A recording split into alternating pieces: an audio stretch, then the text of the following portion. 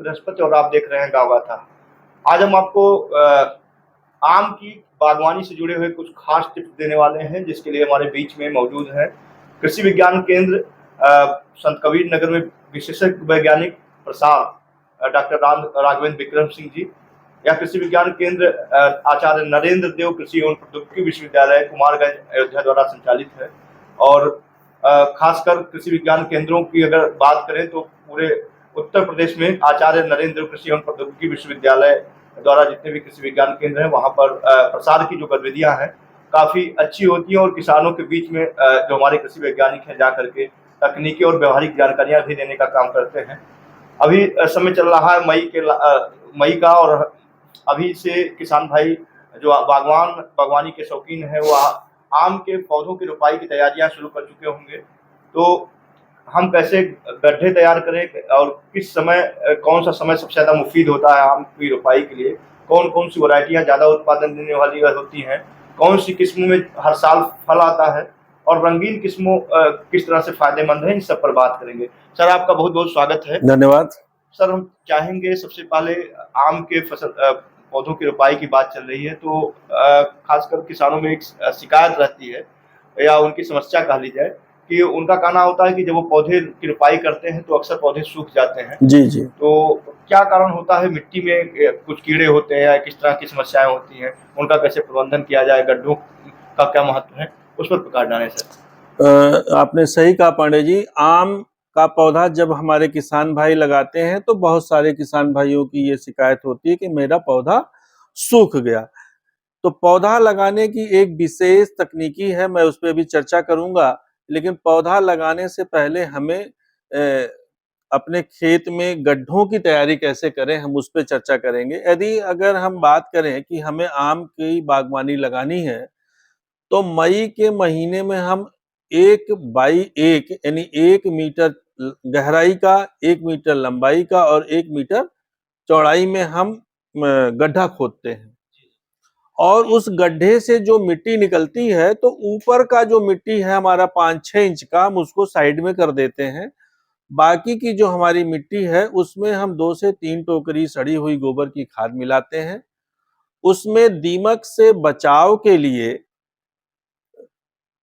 कार्टाफ 4G नामक एक दवा आती है जो ग्रेन्यूल के रूप में दानेदार होती है, वो एक गड्ढे में हम 50 ग्राम दवा मिला देते हैं ताकि अगर हमारे उस मिट्टी में दीमक का प्रकोप हो तो वो पौधों में दीमक नहीं लगने देता है। साथ ही में हम प्रयास करते हैं कि नाइट्रोजन, फास्फोरस, पोटास ये 100-100 ग्राम प्रति गड्ढे की दर से हम उसमें मिट्टी में मिलाते हैं। ये हम तब करते हैं जब हम मई के महीने में अपने गड्ढे की खुदाई करके उस मिट्टी को छोड़ देते हैं।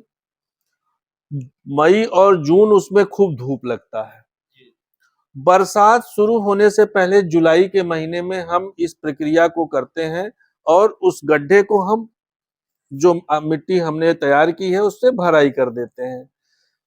भराई करने के बाद उसमें जो गड्ढे का बीचों बीच का एरिया होता है उसमें हम एक लकड़ी या कोई भी डंडी गाड़ देते हैं ताकि हमें ये पता हो कि ये हमारा गड्ढा है और ये हमारा सेंटर का एरिया है। अब या तो हम बरसात होने का इंतजार करते हैं या हम अपने खेत में अपने ट्यूबवेल के माध्यम से सिंचाई कर देते हैं। सिंचाई जब हम कर देते हैं तो हमारी जो मिट्टी उसमें हमने उसको डाला है वो मिट्टी बैठ जाती है।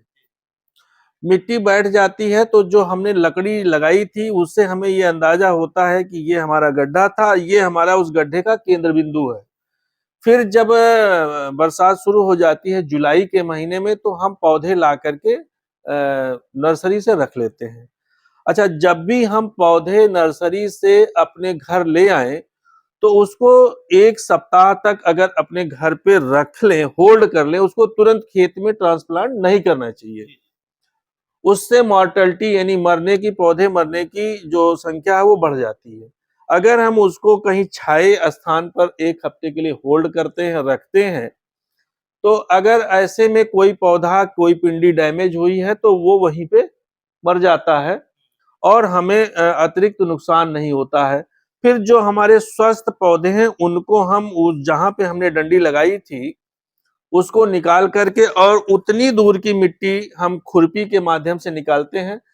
लगाते समय विशेष सावधानी ये रखनी चाहिए कि जो हमारी पिंडी है, जो हमारी पिंडी होती है और जहां से हमारी मिट्टी के नीचे का हिस्सा होता है, तने के नीचे का हिस्सा, उतना ही हम गड्ढा खोदते हैं और उतना ही हमको मिट्टी में डालना चाहिए। किसान भाई क्या करते हैं कि गहराई ज्यादा कर देते हैं, जो जहां से हमारी पिंडी की मिट्टी होती है उसके ऊपर तक, यानी तना भी मिट्टी में चला जाता है। ऐसे पौधे मरते ज्यादा हैं।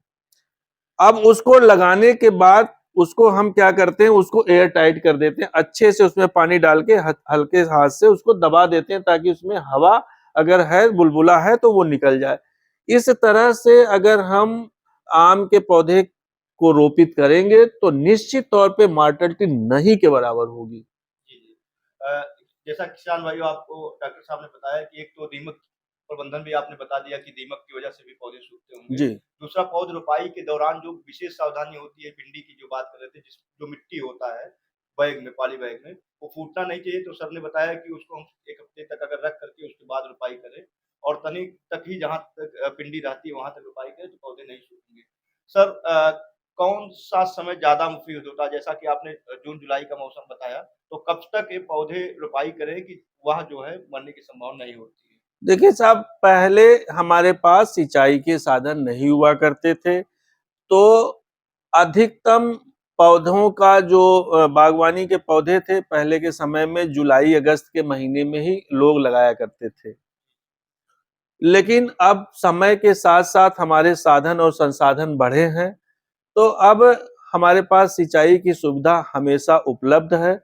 तो ऐसे में दिसंबर और जनवरी का महीना छोड़ करके हम किसी भी टाइम पे, अगर हमारे पौधे, हमारे गड्ढे पहले से तैयार हैं, तो चूंकि हमारे पास सिंचाई की सुविधाएं उपलब्ध है, हम वो किसी भी टाइम पे पौधा वैसे लगा सकते हैं। यानी फरवरी से लेके जुलाई का जो हमारा टाइम है वो काफी अच्छा होता है। सर अभी हम किस्मों पर बात करें उसके पहले चाहेंगे कि किसान भाइयों को जो आम की उन्नत किस्में अभी चूँकि रंगीन किस्में भी आ गई हैं, बहुत सारी कलर वैरायटी हैं। दशहरी की कई उन्नत वैरायटियाँ जिनको हम क्रॉस करके बहुत सारी वैरायटियाँ तैयार की गई। जी लेकिन सर कई बार किसान जब पौधे ले जाते हैं और उसको रोपित करते हैं, तो बाद में जब फलत आती है तो पता चलता है कि वो फल देसी आ गया। जी तो क्या पौधों की रोपाई करने के बाद कुछ विशेष सावधानियाँ बरतनी पड़ती हैं, जिससे वो पौधे जिस किस्म के ले गए हों वही किस्म उसमें से फलत आए? दूसरा कि थोड़ा-सा किसान भाई जानना भी चाहते हैं, बहुत सारे किसानों को ये जानकारी नहीं होती कि जो कलम है, ये कैसे लगाई जाती है? तो कलम लगाने की विधि, साथ में जिस किस्म की रोपाई किसान भाई बागवान कर रहे हैं, वही किस्म बड़ा होने पे पौधा फलत उसी किस्म का दे, तो उसके लिए उनको शुरुआती अवस्था में किन चीज़ों का ध्यान देना होता है? देखिए, सबसे पहले तो अगर हम चाहते हैं कि हम जिस प्रजाति का पौधा लेकर के आ रहे हैं वही फल हमको प्राप्त हो, तो उसके लिए आपको विश्वसनीय नर्सरी से पौधा लेना चाहिए। सबसे पहला प्रयास किसान भाइयों का होना चाहिए कि जैसे अगर हमारा पूर्वांचल का क्षेत्र है, तो बस्ती में आम पे सबसे ज्यादा काम होता है, फल अनुसंधान केंद्र। अब यहाँ पे इंडो इजराइल प्रोजेक्ट भी लगा हुआ है, इंडिया गवर्नमेंट और इजराइल गवर्नमेंट के सहयोग से चल रहा है, और यहाँ पे आम की उन्नत किस्म की नर्सरी लगाई जाती है और यहाँ से जो पौधे मिलते हैं वो काफी अति विश्वसनीय होते हैं। साथ ही इंडो इजराइल के बगल में हमारा गोटवा में ही कृषि विज्ञान केंद्र, जो आचार्य नरेंद्र देव कृषि एवं प्रौद्योगिकी विश्वविद्यालय कुमारगंज का है, वो स्थापित है। वहां पर भी विश्वसनीय पौधे तैयार होते हैं। उनके पास IARI के जितनी भी वैरायटियां पूसा की निकली हुई हैं आम की, वो सारे के सारे कलेक्शन उनके पास हैं। उनके पास मदर प्लांट हैं, तो निश्चित तौर पे जो वो पौधा तैयार करते हैं वो विश्वसनीय होता है, उसमें कहीं किसी तरह की कोई समस्या नहीं होती है। अभी आपने कहा कि पौधा लगाते हैं और वो बाद में देसी निकल जाता है, तो अगर हम विश्वसनीय नर्सरी से पौधा ला करके हमने रोपित किया है, तो कभी कभी होता क्या है कि जहां पे हमारा साइन लगा हुआ है, आप देखते होंगे ऐसे बीच में फाड़ करके और वो साइन लगाया जाता है, जो पौधा लगाया जाता है, तो अगर वो कहीं टूट गया और नीचे से कोई कल्ला निकल गया, किसान भाई ने ध्यान नहीं दिया और नीचे के कल्ले को चलने दिया, जो कि देसी किस्म का है, यानी जो हमारा मदर प्लांट था उससे अगर हमारा कोई कल्ला निकल गया, तो बेसिकली वो मदर प्लांट जिस प्रजाति का होगा वही वही फलत हमको प्राप्त होगी। और जो हमने साइन लगाया था, अगर वो साइन मर गया तो फिर हम अपने जो प्रजाति हमने लगाई थी वो प्रजाति का फल हमको नहीं प्राप्त होगा। तो हमें इस बात का ध्यान रखना है कि नीचे से अगर कोई कल्ला निकलता है तो उस कल्ले को हम तोड़ दें। हमारा जो मूल जो साइन लगाया गया है, जो कलम लगाई गई है, हम उसी को चलने दें, और अगर वो किसी कारण से सूख गया है तो उस पौधे को हम बदल दें। सर, और जैसे साइन की बात चल रही है, किसान भाई साइन हो सकता है बहुत सारे लोग ना समझ पाए, जिसको हम कलम कहते हैं। वे कलम जैसे मदर प्लांट से देसी का जैसे जो बीजू पौधा होता है जी। जिसको हम कहते हैं, तो उसमें जो ट्रांसप्लांट किया जाता है मदर प्लांट से, क्या प्रक्रिया होती है और कैसे किसान भाई इसको जान पाए कि कलम वाली विधि से पौधा तैयार किया गया है? देखिए, ऐसा है कि अब हम जो हमारी जो टेक्निक है वो है कि हम पॉलीथीन के बैग में जो 5 से 6 किलोग्राम मिट्टी जिसमें आती है, उसमें हम आम की गुठली को लगाते हैं, और जब वो पौधा हमारा तैयार हो जम जाता है और 1 साल का लगभग हो जाता है, तो हम उसमें, जिसको हम साइन या कलम बोलते हैं, तो जो हमारा मदर प्लांट लगा हुआ है तो हम उसमें से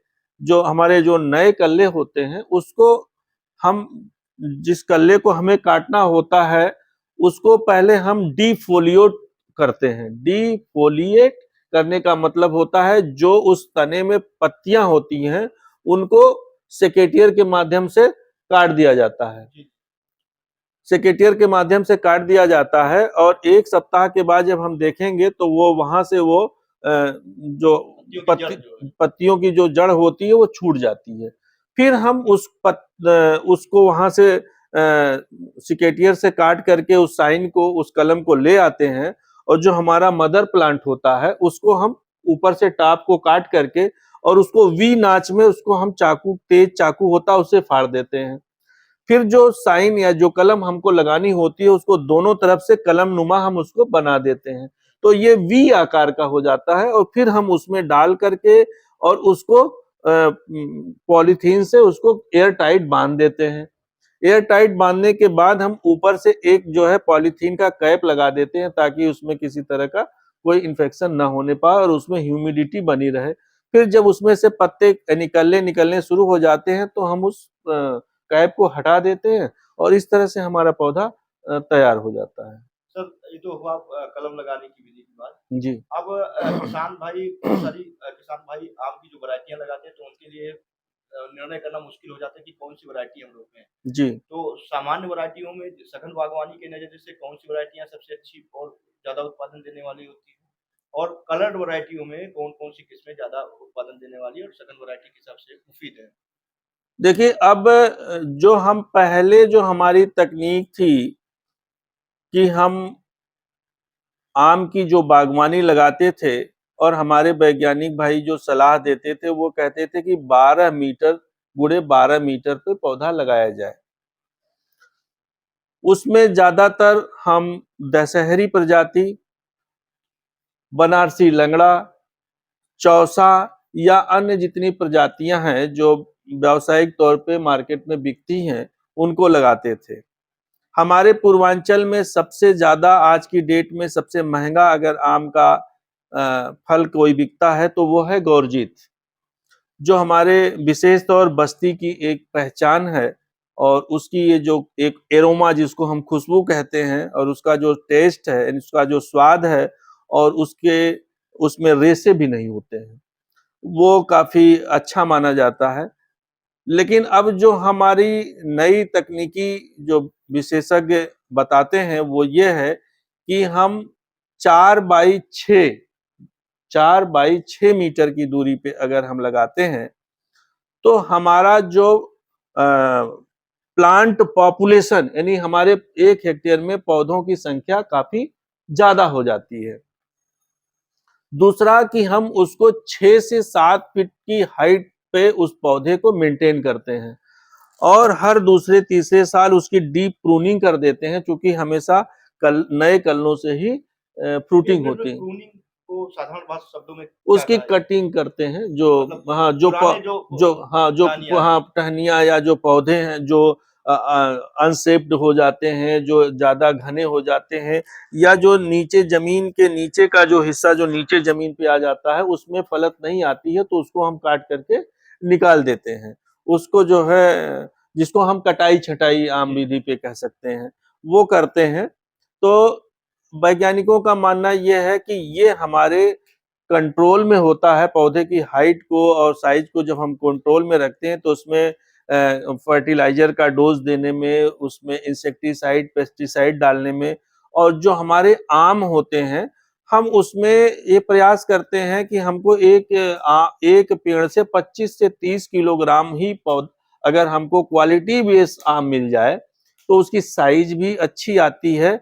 और हमारा जो अन्य आम का पौधा जो हम 12-13 मीटर की उस पे लगाते हैं, और जब वो 15 साल 20 साल का हो जाता है तो 2 से ढाई कुंटल हमको उससे उत्पादन मिलता है। लेकिन उसमें आम की गुणवत्ता कहीं न कहीं, उसकी हाइट बहुत ज़्यादा हो जाने पे उसको तोड़ने में या उसमें दवाओं का प्रयोग करने में काफ़ी दिक्कतें आती हैं, तो उसमें जो आम की क्वालिटी होती है उतनी अच्छी नहीं आ पाती है।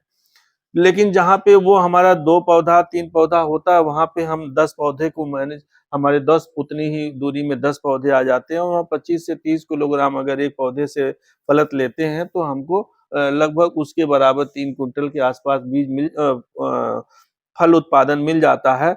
और क्वालिटी उसकी अच्छी होने की वजह से उसका जो प्राइस होता है, मार्केट प्राइस होता है, वो काफ़ी अच्छा मिलता है। साइज़ काफ़ी अच्छी होती है, जिससे उसको उसकी मार्केट वैल्यू अच्छी होती है, और हम उसको हाथ से ही पिक कर लेते हैं, तोड़ लेते हैं, तो उसमें जो डैमेज होने का वो है, वो डैमेज भी नहीं होता है। और अगर हम सुविधानुसार उसकी कैपिंग भी कर देते हैं। ये पॉली बैग आता है जिसमें हम उसको कैपिंग कर देते हैं, तो उसमें इंसेक्टिसाइड, पेस्टिसाइड का भी प्रयोग हम कम करते हैं, क्योंकि जब हम उसकी कैपिंग कर देते हैं तो फिर उसमें कीड़े का रोग, बीमारियों का प्रकोप नहीं होता है। तो इस तरह से जो हमारा उससे उत्पाद मिलता है वो इंसेक्ट पेस्ट फ्री होता है, और उसकी जो गुणवत्ता है वो काफ़ी अच्छी होती है। सर अगर हम उत्पादन के नज़रिए से देखें तो कौन-सी किस्में ज़्यादा अच्छी होंगी किसानों के लिए, खासकर सघन बागवानी के नज़रिए से? सघन बागवानी के नज़रिए से अगर हम बात करें कि हमें सघन बागवानी करनी है और प्रति वर्ष अगर हम चाहते हैं कि हमें उत्पादन मिले या फलत मिले, तो अभी तक ऐसी प्रजाति केवल आम्रपाली है जो प्रति वर्ष रेगुलर बियरिंग, उसमें जिसको हम कहते हैं बियरिंग बोलते हैं फलत को, रेगुलर बियरिंग उसमें होती है। लेकिन अन्य जो प्रजातियां हैं उनमें अल्टरनेट बियरिंग होती है, मतलब फलत एक साल के बाद, एक साल ज्यादा आती है तो एक साल कम होती है, या ना के बराबर आ जाती है, तो उसमें कहीं ना कहीं हमको नुकसान होता है। और आम्रपाली काफी, जब अन्य प्रजातियों का आम खत्म हो जाता है तब ये मार्केट में आती है, और इसका जो गूदा है और जो इसका फ्लेवर है, जो इसका टेस्ट है, वो काफी अच्छा होता है। और अगर हम इसको मार्केट में, जब वो आम सारे खत्म हो जाते हैं तब ये आता है चौसा और आम्रपाली। ये 2 प्रजातियां ऐसी हैं जो सबसे बाद में आती हैं, तो इनका रेट भी अमूमन बहुत अच्छा मिलता है। अच्छा, और सामान्य वैराइटियों में अगर हम जैसे बात करें तो अभी आपने सुगंधित कुछ वैराइटियों का नाम लिया, तो कौन-कौन सी वैराइटियाँ अ, किसान रोप सकते हैं? सामान्य वैरायटियों में तो देखिए, हम जो सबसे ज्यादा कमर्शियल लेवल पे चल रही हैं वो है गौरजीत है, बनारसी लंगड़ा है, दशहरी। ऑलरेडी दशहरी में भी अब 2 वैरायटी आ गई हैं। दशहरी 51 करके एक प्रजाति है जो काफी लंबी होती है, उसकी मार्केट डिमांड ज्यादा है, तो हम दशहरी 51 को लगा सकते हैं। और चौसा जो सदाबहार एक अपने आप में आम की फसल है, उसको हम लगाते हैं। और अब इधर बहुत सारी कलर्ड वैरायटियां आ गई हैं जिनके पौधे छोटे होते हैं, और मैक्सिमम एक पौधे से 20-25 किलो 30 किलो तक ही हम, अगर काफी पुराना हो जाता है तो 50 किलो तक की फलत हम उससे प्राप्त करते हैं। लेकिन वो कमर्शियल लेवल पे बहुत ज्यादा पॉपुलर कुछ नहीं है। वैराइटियों का चाहेंगे किसानों को नाम भी बता दें जो पॉपुलर हो गई हैं? जैसे अंबिका है, अनामिका है, ये पूसा पीताम्बरी है, सूर्या है, मल्लिका है, ये सारी प्रजातियां अब मार्केट में आ गई हैं और किसान भाई उसको, ये थोड़ा कलर्ड होती हैं, देखने में अच्छी लगती हैं, लेकिन अल्टरनेट बेयरिंग की समस्या इसमें भी रहती है। तो कुछ विदेशी वैरायटी हैं जैसे अभी टॉमी एटकिंस और टॉमी एटकिंस है, ये तो अपने यहाँ की ही है, अल्फांसो है, टॉमी एटकिंस सेंसेशन। है, सेंसेशन है, लेकिन ये जितनी भी कलर्ड वैरायटियां अब नई आ रही हैं, उसमें एक खासियत है कि जो हमारे ऐसे भाई हैं जिनको थोड़ी सी शुगर की प्रॉब्लम है, तो इन वैरायटियों में जो शुगर का प्रतिशत है वो थोड़ा कम है। और ये जैसे हमारे यहाँ के लोगों का जो टेस्ट डेवलप है वो ऑलरेडी, वो चाहते हैं मीठा फल, मीठा आम खाना, लेकिन ये जो नई वैरायटियां, कलर्ड वैरायटियां हैं, ये काफी डीप मीठा नहीं होता है, ये लाइट मीठा होता है, ये कहीं ना कहीं हल्का खट्टापन और मीठापन लिए होता है, तो इसमें शुगर की परसेंटेज भी कम होती है, और इसका जो पल्प यानी जो गूदा होता है वो थोड़ा अच्छा होता है, और जो इसकी कीपिंग क्वालिटी है, स्टोरेज क्वालिटी है, वो काफी अच्छी होती है, ये जल्दी खराब नहीं होता है, तो विदेशों में भी इसकी डिमांड काफी अच्छी है। एक्सपोर्ट के अगर हिसाब से देखा जाए तो इनकी डिमांड काफी अच्छी है। तो किसान भाइयों, आप जानकारी दे रहे थे कि आम की बागवानी पर खासकर कुछ उन्नत किस्मों पर बात हुई, कब इसको रोपा जाए पौधों को, और कौन सा समय सबसे ज्यादा मुफीद होता है गड्ढों की खुदाई का, उसकी भराई का, और आम के पौधे सूखते क्यों हैं, उनसे बचाव क्यों किया जाए, और कलम में साइन क्या होता है, इसकी प्रूनिंग क्या होती है, इन सारी चीजों पर विस्तृत जानकारी दिया डॉक्टर साहब ने, डॉक्टर आरवी सिंह सर ने। और ऐसी ही जानकारी लेकर हम हाजिर होते रहेंगे अगले एपिसोड में। और आप और क्या जानकारी चाहते हैं बागवानी के बारे में, खासकर आम के बागवानी के बारे में, हमें कमेंट बॉक्स में जरूर बताएं।